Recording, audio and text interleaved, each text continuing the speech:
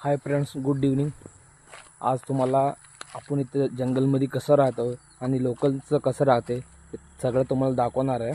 आता इथं जस्ट 5:30 वाजलेत आणि इंडियामध्ये 10 वाजलेत।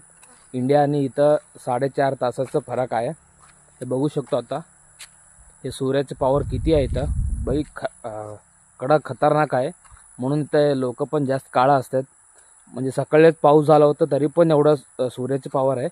हे बघू शकतो छोटासा नदी आहे इथं।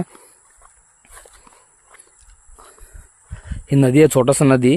आता म्हणजे तिकडे काम चालू आहे म्हणून पाणी सगळं घाण येते आणि कंटिन्यू पाणी चांगलंच असते। हे तुम्ही आता आम्ही कसं राहतो ते पण तुम्हाला रूम दाखवतो आणि आपलं किचन कसं आहे ते पण दाखवतो। बघा आणि कमेंट करून सांगा कसं आहे काय आहे आफ्रिकामध्ये। काही लोक म्हणजे इथं येणार होता माझा मित्र वगैरे, त्यांना पण माहीत असायला पाहिजे ना इथं आम्ही कसं राहतो म्हणून। हे बघा समोर दिसतं ना, हे आपलं किचन आहे आणि त्या साईड दिसतं ना हे लोकलचं किचन आहे आणि ते सेंटरमध्ये दिसतं ना जनरेटर, हे आपला नेटवर्कचं आहे। हे सगळं लोकलचं रूम आहे आणि हे कंटेनर सगळा मटेरियल ठेवायला आणि तिकडे एक पण आहे। हे आपलं हे सगळं आहे ना आपलं रूम आहे इंडियनचं। 1 2 3 तिथं राहतो आपण 1 2 3 रूममध्ये। तिथं अजून एक घर दिसते बघा तिथं, ते आपल्या सेफ्टीसाठी 3 इथून आर्मी लोक राहतात।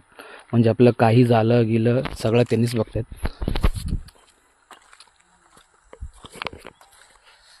बापरे, इथं सूर्य भरपूर खतरनाक आहे। आता मी राहतोय आफ्रिका कंट्रीमध्ये, गबोन देश आहे। त्याच्यामध्ये लिबरविले सिटी आहे,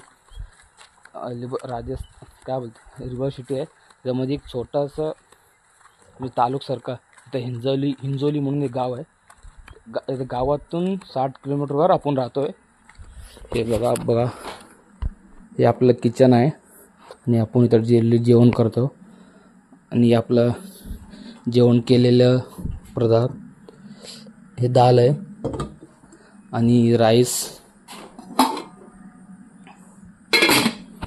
इथं कसं कंटिन्यू दाल आणि राईस हेच असतात, चपाती वगैरे भेटत नाही। मी तर सोलापूरचं ना, मला कंटिन्यू चपाती लागते, तरी पण 3 महिन्यापासून कंटिन्यू काही ॲडजस्ट करतो। हे ब्लॉग बघून कसं वाटलं नक्की कमेंट करून सांगा आणि यूट्यूबवर जाऊन सबस्क्राईब करा। Thank you, welcome.